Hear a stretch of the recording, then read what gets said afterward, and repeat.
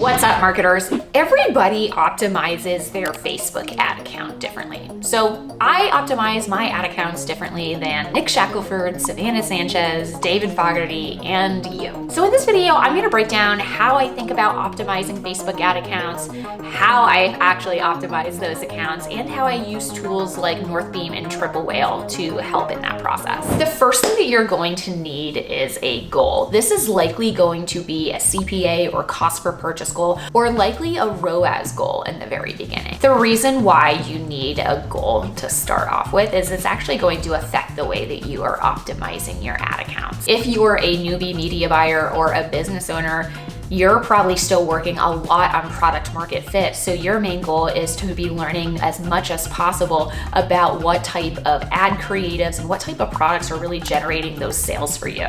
And once you really start to understand what type of product and what type of messaging is working, that's when you're going to be optimizing more for that CPA goal. However, if you're already an established brand, your main goal is probably a certain spend threshold. So it's really important to have that goal at top of mind whenever you start optimizing your ad account. With my clients, we're always going to be validating that CPA on the back end with a platform like Northbeam or Triple Whale, but then we are also going to be looking at spend goals, since scale is really, really important to my clients. The next thing that I wanted to talk about is how I think about optimizing ad accounts. Even though there's a lot going on here, there's only really 4 optimizations that I can make as a media buyer. The first optimization you can make in your ad account is turning things off. This can also be turning things on again. If you see, oh, this is a certain ad that I had turned off, but it actually generated some more results, some more sales, I'm gonna turn that back on. The second type of optimization that you can make is increasing or decreasing the budgets. A lot of times what I see newbie media buyers do is they turn off an entire ad set or they turn off an entire campaign.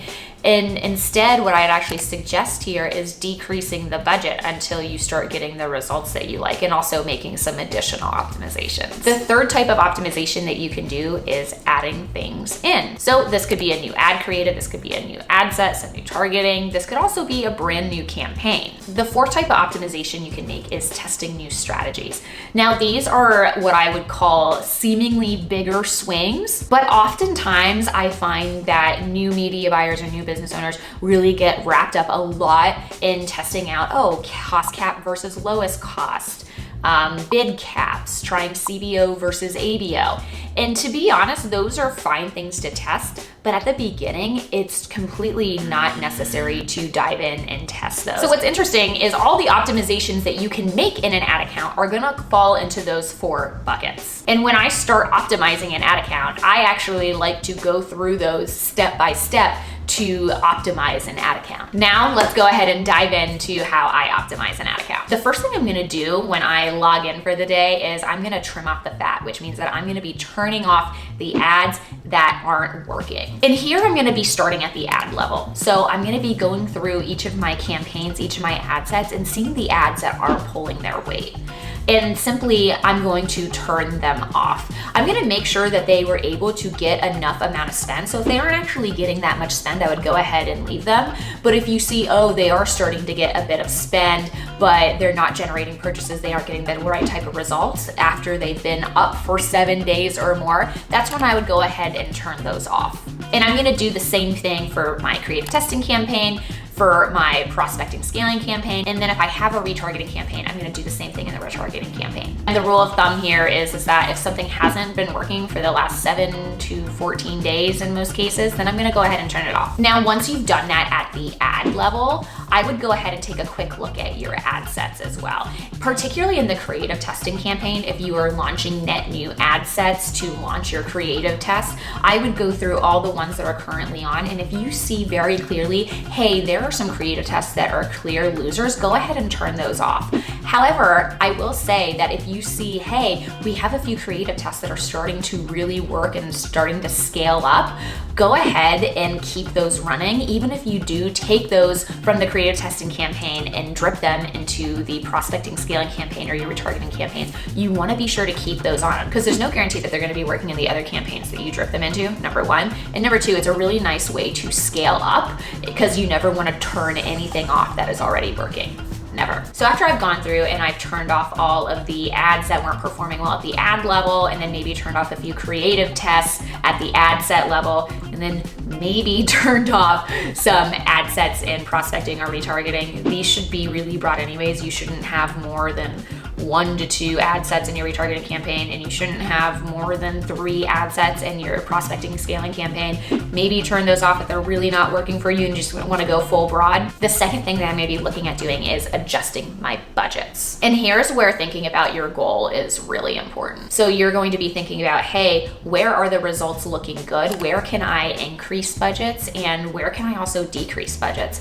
And what I really like to do too is, if you are really at a certain spend threshold for like the month, for instance, I will actually take budgets out of ad sets that aren't performing as well, and I'll distribute them to other ad sets that are performing a lot better. And of course, if your main goal is to scale, you're going to be a lot more flexible on your CPA and on your overall CAC goal, so that you can make room to actually increase your spend. But if your main goal is efficiency, then you're probably going to be a lot more strict about turning off things that aren't meeting your CPA goal and platform, while also validating those ad sets on a platform like Northwhale, while also validating those results on a platform like Northbeam or Triple Whale.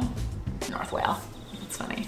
Now, the third and most impactful thing that you can do to optimize your ad accounts is to add new things. And there's really a few different things that you can add. You can always add a new campaign if you want to like try retargeting, or if you want to add a prospecting scaling campaign.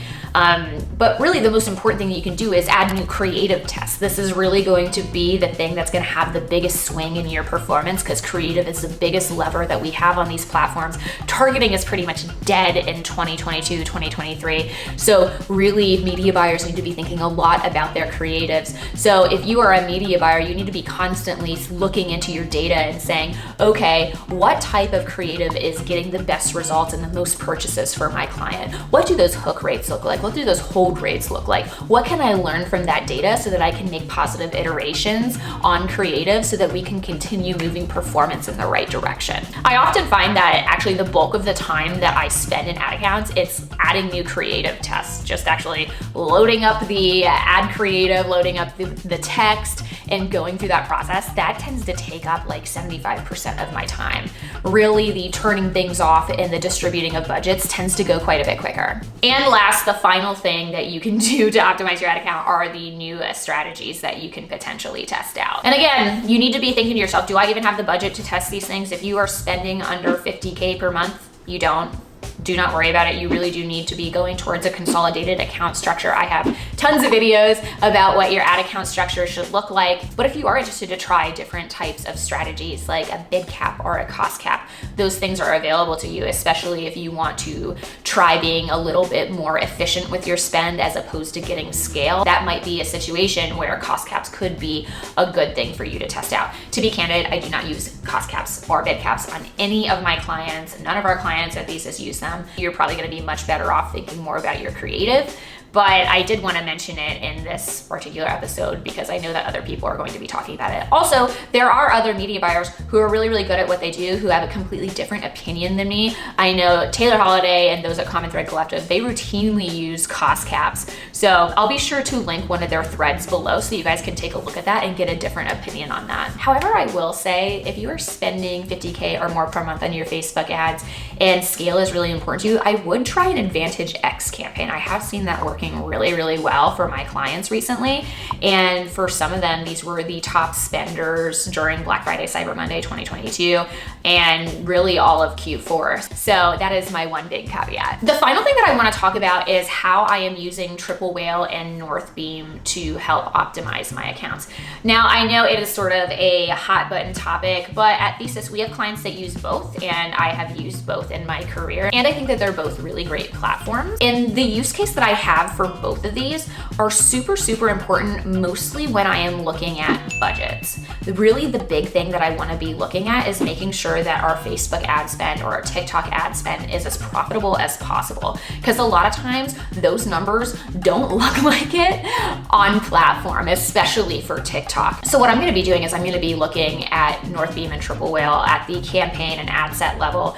And this is really important too when you see, oh, maybe I should turn off this campaign, maybe I should turn off this ad set. I would always be validating that on a third-party platform like Triple Whale or North Beam. I would say though, the big caveat is if you are a brand new business and you only really have one source of traffic, aka Facebook, I don't think that these platforms are really worth it for you, because you can pretty much assume that any customer that is coming through is likely coming through Facebook ads. However, if you're on multiple platforms, if you're using Google, you're using TikTok, and you have some more organic traffic, that's when I really see a lot of value in these platforms. And I do tend to look at the ad set and the campaign level to make sure that I'm not missing anything, because there have been times when performance looked bad on a certain ad set, but then when I looked at it in Triple Whale or North Beam, it was actually doing really well. So I realized, oh, instead of scaling it down, I had to actually scale it up. Again, this is just the way that I do it. This is just the way that I think about optimizing Facebook ad campaigns. I'm really curious about what you guys think.